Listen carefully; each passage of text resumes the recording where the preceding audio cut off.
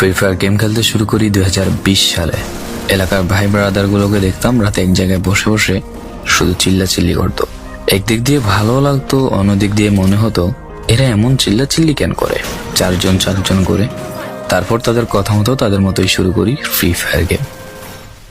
প্রথম দিন গেম খেলে রাত জেগেছি 11টা, যেটা ছিল রাত জেগার প্রথম কারণ এবং প্রথম ভালোবাসা। এলাকার বন্ধুরা মিলে রাত হলেই আড্ডার আসর দিয়ে বসতাম আর শুরু করতাম গেম খেলা।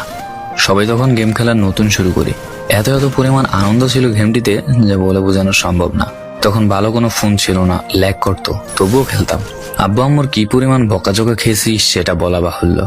অনেকদিন তো স্কুলও যাইতাম না, বন্ধুরা বসে গেম খেলতাম। কিছু টাকা জুগিয়ে কয়েক মাস পর একটা লেভেল আপ পাস ছিল না, 200 টাকায় বোধ হয় 800 ডায়মন্ড পাওয়া যেত। তো সেখান থেকে 800 ডায়মন্ড থেকে একটা অলগ ক্যারেক্টার নিই।